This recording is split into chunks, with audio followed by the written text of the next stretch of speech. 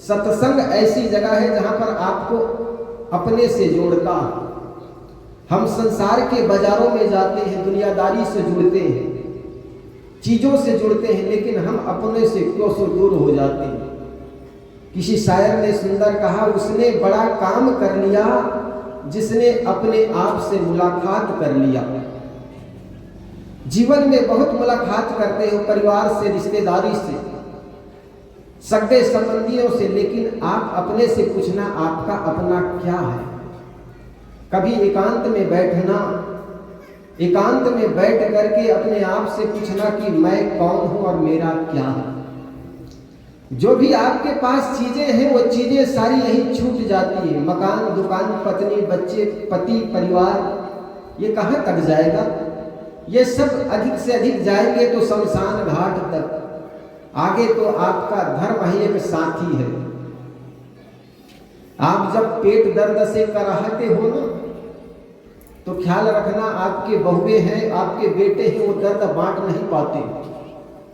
और कई बार तो ऐसे होते हैं वो दर्द में सहयोगी या वो दर्द को बांटने वाले पड़ोसी हो जाते हैं, किसी दूर के और लोग हो जाते हैं, लेकिन अपने लोग बड़े दूर हो जाते हैं। लेकिन हम उन्हीं लोगों से प्रेम करते हैं, उसी लोगों से मोह करते हैं जो हमारे अपने निकट होते हैं। जो शरीर आपका जितना निकट है उससे भी ज्यादा निकट आपका मन है। और मन से हम कितना प्रेम करते हैं, जो भी मन में उपज जाती है विषय वासना की बातें, विषय वासनाओं की चीज, उसको पाने के लिए दौड़े चले जाते हैं। इसलिए सदगुरु कबीर ने कहा, तन जाता मन जाता तन जात है, तन जाता मन जात है, मन जाता तन जाए, तन मन एक होए रहे तब हंस कबीर कहाए। साहब कहते मन जहां जाता है वहां तन चला जाता। एक आदमी को बीड़ी की चुलक लग जाए तो 2 इंच की वो बीड़ी आपके 20-40 किलो का ये शरीर को उठा करके कहीं पूरे कबाड़ में ले जाकर वहां बीड़ी पिला देगा। इस जगह को छोड़ देंगे आप। सदगुरु कबीर की एक साखी है, मांस खाए मदिरा पिए, धन वेश्या को जाए, जुआ खेल चोरी करे, अंतः सर्वस जाए। साहब कहते मांस खाए मदिरा पिए।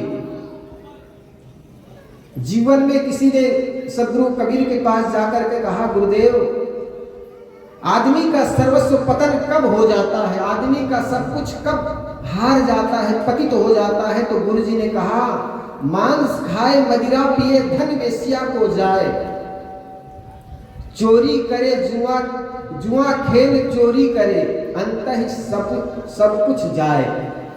आदमी का पतन तब होता है जब आदमी मांस खाना सीखता है। मांस किसी झाड़ में नहीं फलता मेरे मित्रों। कुछ बेवकूफ किस्म के लोगों ने कहा अंडा ये शाकाहारी है, तो किसी ने कहा तो किस पेड़ में वो फलता है? कहे पेड़ में तो फलता नहीं, पक्षियों का रजगिरियों से बनता। इसलिए किसी ने कहा अंडे को शाकाहारी कहना मूर्खों का चाल है। दुनिया में कोई भी प्राणी आता है तो माँ बाप के रजगिरिय से निर्माण होता, वो बच्चे के रूप में आता। किसी भी जीव जंतु की हत्या करना महापाप है। जरा सोचो, आपके घर में कोई आदमी मर जाता है, ले जाकर के शमशान घाट में गाड़ देते हो, जला देते हो, और बाहर से मरे हुए मुर्दे को लाकर के घर में जगह देते हो, अपने पेट में जगह देते हो, तो पेट तो कब्रिस्तान हो गया। और जो आदमी अपने पेट को कब्रिस्तान बनाएगा, उनके घर में भगवान कैसे आएगा जी? जो माँ बाप मांस खाता है वो माँ बाप के शरीर से एक बच्चे का निर्माण होता है। जो माँ बाप मांस खाते हैं उनसे शरीर का निर्माण होगा, वो रावण राक्षस या कंस होगा, राम और कृष्ण नहीं होगा।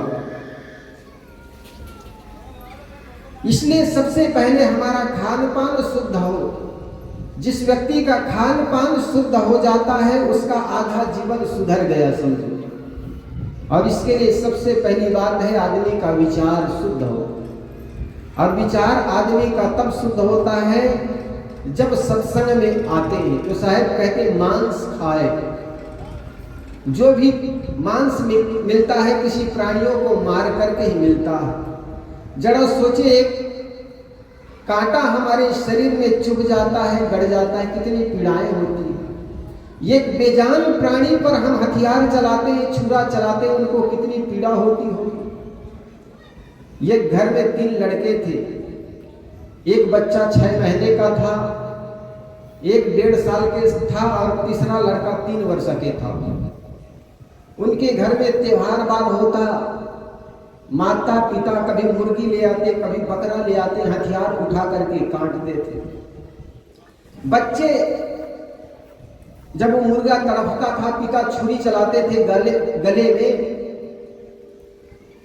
तो मुर्गा जब तड़पता था बच्चे नाचते थे, डांस करते थे। रोज का यही काम था। हर त्योहार, जो भी त्योहार आता, दिवाली आती, होली आती, कभी मुर्गा ले आते, कभी मुर्गी ले आते, कभी मछली आते। जब चाकू चलाते तब मुर्गी या मछली जब तड़पते तो बच्चे बड़े डांस करते, नाचते। अब उनका एक अभ्यास बन गया। एक दिन की बात है, पिताजी ड्यूटी पर गए हुए थे और दोनों भाई जो बड़े थे, चलने फिरने लायक था, ऊपर छत पर खेल रहे थे। खेलते खेलते एक के हाथ में चाकू मिल गया, कटारी, छुरी उनके हाथ में लग गया। तो बड़े लड़के ने कहा, देखो पिताजी मुर्गा लाते हैं, कैसे काटते हैं। तो बच्चे जो छोटा था मंझला, उसके गले में ऐसे चलाने लगा। मंझला लड़के के गले में जैसे छुरी चलाने लगा, उन्होंने कहा, देख भाई मैं बताता हूँ, पिताजी मुर्गा काटते हैं तो कितना आनंद आता है, आज चलो खेल खेलते हैं। माँ नीचे तल घर में वो बच्चे को स्नान करा रही थी, टफ में गर्म पानी, टफ में पानी रखा हुआ था, और माँ अपनी गोदी में बच्चे को लेकर के, जो 6 महीने का बच्चा था, उसको स्नान करा रही थी। और दोनों भाई ऊपर में खेल रहे थे, वही मुर्गा काटने वाला खेल कर रहे थे। बड़े भाई के हाथ में आ गया छुरा, उन्होंने मंझले भाई के छुरे, जो 1.5 साल का लड़का था, उनके गले में छुरा रख दिया और छुरी रख करके ऐसे जैसे ही चलाया, देख भाई छुरा मुर्गे के गले में रखते कितना आनंद आता है। उन्होंने जैसे ही छुरा गले में रखा, मंझले भाई का गला कट गया। कितना जोर से चिक्कार मारा, चिल्लाया। लड़का के चिल्लाते सुन करके माँ तो सुनी कि कुछ हो गया। वो बच्चे जिसको गोदी में लेकर के स्नान करा रहे थे, वो भूल गई कि मेरा ये बच्चा को मैं स्नान करा रही। उन्होंने गोदी से उठा करके टप में रख दी। अब टप थोड़ा गहरा था और ऊपर बच्चे आवाज जैसे किया तो माँ देखने चली गई। अब माँ जैसे ही आ रही, ये जान करके बड़े वाला लड़का तो एकदम तो छत से एकदम कूद गया धड़ाम से। बच्चे धड़ाम से गिरा, कूदा तो मर गया वो, और मंझले वाले लड़के के गले में छुरी चला दिया तो वो भी मर गया। नीचे वाला दौड़े दौड़े वो माँ नीचे आई तो टप के पानी से डूब करके छोटा बच्चा भी मर गया। एक साथ 3 बच्चे को उस माँ बाप ने खो दिया। कर्म कमाई आपकी कहीं न निष्फल जाए, बोए पेड़ बबूल का आम कहां से पाए। वही तुमको मिल रहा है जो कि पहले से दिए हो, उसी का फल सामने है, शुभ अशुभ जो कुछ किए हो। इसलिए मेरे मित्रों, ऐसे कुकृत्य मत करो जो आपके बच्चों में गलत प्रभाव डाल जाए। रूखी सब्जी और नमक के साथ खा लेना, लेकिन किसी प्राणियों को दुख मत देना। जिस प्राणी को दुखी करोगे वो प्राणी का साप आपके जीवन में लगता है, और आए दिन, आज नहीं तो निश्चय कल वो फल आपको मिलेगा। फिर माथा पकड़ के रोओगे तो हमने अपने जीवन में ऐसा नहीं किया था, कैसा आ गया, वो आपको याद नहीं, लेकिन आप अपने कर्मों का फल भोगते हैं। दुनिया में ऐसा कोई शैतान नहीं कि आपके जीवन में दुख डाल जाए। हमारे जीवन में जब दुख आते हैं तब समझते हैं कि हमारे घर में ये देवता है वो नाराज। हमारे घर में कभी बाप दादे ने कभी पूजा करते थे, वो भूमिया भूत। दुख जब आता है ना तो यही सूझता है आदमी को, वो भूमिया को हम नहीं मान रहे हैं।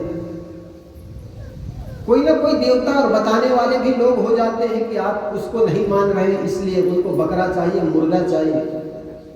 अरे वो कैसी देवी जो एक निरीह प्राणी को मांगे। दुनिया में ऐसा कोई देवी नहीं जो सिंह को मांगती हो, सिंह का बलि चढ़ाती हो, कहीं पर सुने होगा। सदा असहाय प्राणी को बलि चढ़ाए जाते हैं। सिंहों को बलि न देखा कभी, सदा बकरे को ही बलि वेदी पे चढ़ाए गए। टेढ़े वृक्षे न कभी काटे गए, सीधे पर आरे चलाए गए। आपके गांव में कोई सीधे सरल आदमी हो ना, जगदीश जी जैसे, उसको ही सताए जाते हैं। कोई आदमी गांव में टेढ़े हो ना तो उनसे बात भी नहीं करता, ये आदमी बड़ा खतरनाक है। इसलिए अति सरल भी खराब है। जीवन में चुनौतियां आती है, कठिनाइयां आएगी, समस्याएं आएंगी, लेकिन उस समस्याओं से डरो मत। महाराज राम के जीवन में समस्याओं पर समस्याएं आई। जरा सोचो उनके जीवन में कितनी कठिनाइयां आई। उनके जीवन वृत्तांत कहता है, शाम के समय उनके पिताजी ने कहा, बेटा तुम्हारे राजगद्दी होगी, राजतिलक। सुबह के समय उनको कांच के समय सामने, आईना के सामने खड़ा हुआ, शीशे के सामने खड़ा हुआ, अपने चेहरा निहार रहा था। उतने में देखा कि कान के बाल के पास सफेदी आ गई। अब मैं बूढ़े हो गया हूं, तो मैं अपने पुत्रों को राजकाज दे दूं। बड़े पुत्र राम है, उसको राजगद्दी संभला दूं। गुरुदेव के पास जाकर कहने लगा, गुरुदेव मेरे बाल पक गए हैं, मैं बूढ़े हो गया हूं, अब राजकाज राम को सब संभला दीजिए, वे योग्य है। गुरुजी भी राजी हो गए और ये काम कल सुबह हो ही जानी चाहिए। महाराज राम को बताए गए। पूरे राज्य में लाइटिंग हो रही, उत्सव मनाए जा रहे हैं, मंदारे बजाए जा रहे हैं, लेकिन रात्रि के अंधेरे कमरे में राजा दशरथ ने अपने बड़े पुत्र राम को बुला करके कहा, बेटा ये राजगद्दी भरत को मिलेगा, तुम्हें तो 12 वर्ष का वनवास मिलेगा।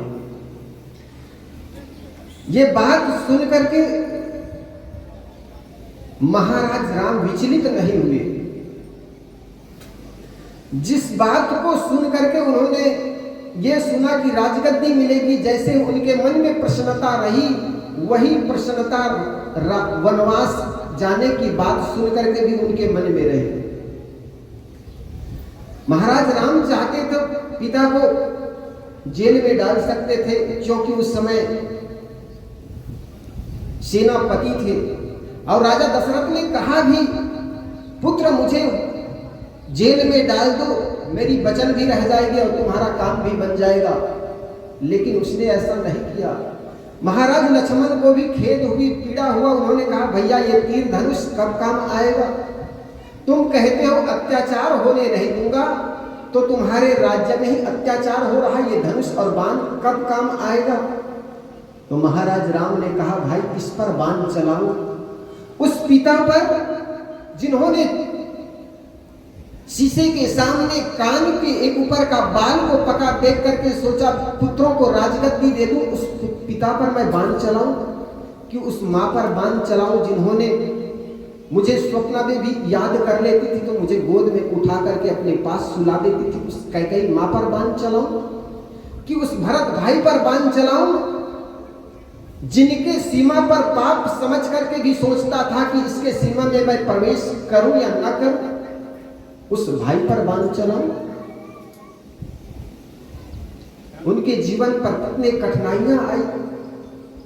उन्होंने जाकर के गुरुजी से नहीं कहा, गुरुजी इतने बड़ी संकट आ गया, कल मुझे राजगद्दी मिलना था, आज वनवास मिल रहा है, कुछ राखड़ी डोरा कर दीजिए, कुछ मंत्र फूंक दीजिए, कुछ मंत्र दे दीजिए, कुछ यज्ञ हवन करा दीजिए।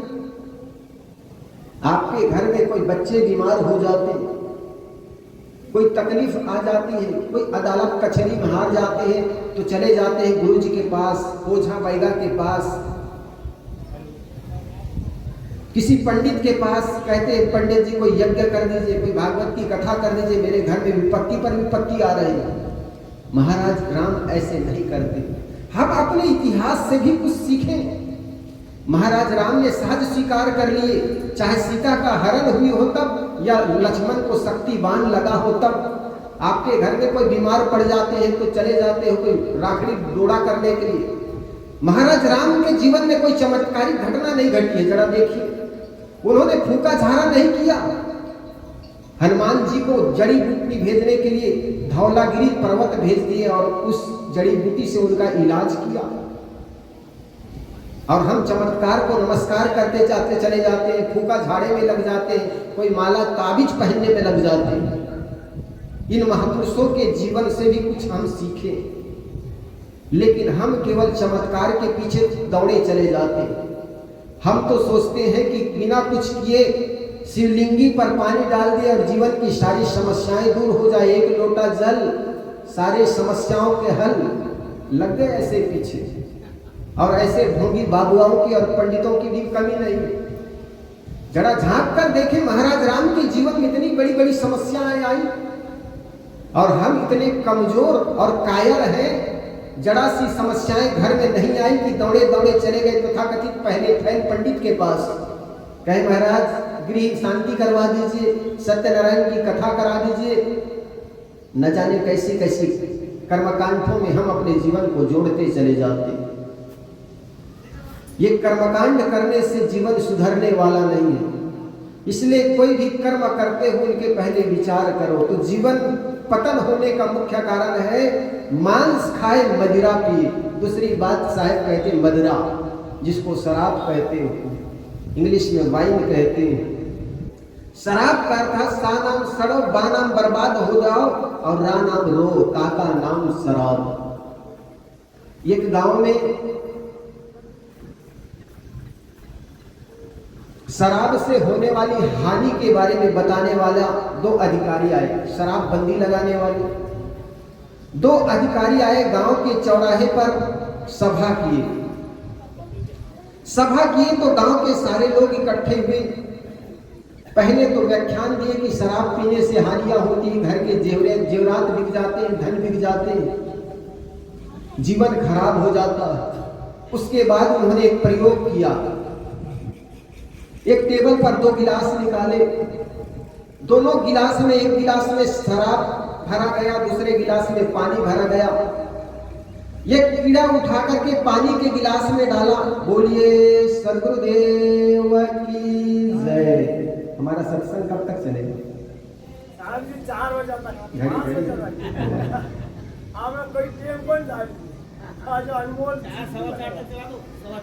हाँ।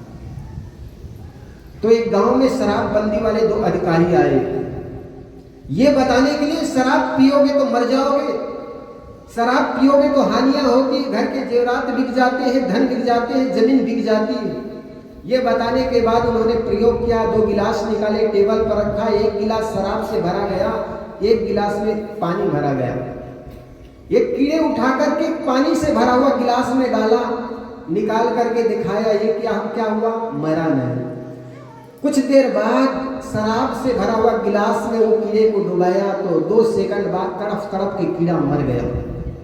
बहुत से लोग आए हुए थे, पूरी सभा भरी हुई थी। उस अधिकारी ने पूछा, मेरे कहने का मतलब मैंने प्रयोग किया, इसको समझे कि नहीं समझे? सारे लोग स्तब्ध हो गए, लेकिन पीछे एक शराबी बैठा हुआ था। शराबी ने कहा, सरकार बिल्कुल बहुत अच्छी तरह बात समझ गई। कहे क्या समझे? कहे सरकार, ये शराब बहुत अच्छी चीज होती है, जिस प्रकार ये कीड़े के मर जाने से पेट के कीड़े भी मर जाते हैं। सरकार, शराब अच्छी चीज होती है। आदमी जिसमें गलती बताना चाहता है, उस गलती को भी लेना नहीं चाहता, उनसे भी अच्छा ही ले लेता है। शराब की जो बुराई को बताना चाहता है कि शराब से जिस प्रकार डुबाने से कीड़े मर गए, इसी प्रकार भले आदमी तुम भी मर जाओगे, लेकिन उस बुराई में भी उसको अच्छा ही दिखने लगता है कि शराब अच्छी होती है। सरकार, ये कीड़े मर जाते हैं और पेट के कीड़े सब मर जाते हैं। उसने माथा ठोक लिया, अरे भले आदमी, ये कीड़े मर जाने की नहीं, तू मर जाएगी इसकी चिंता है मुझे।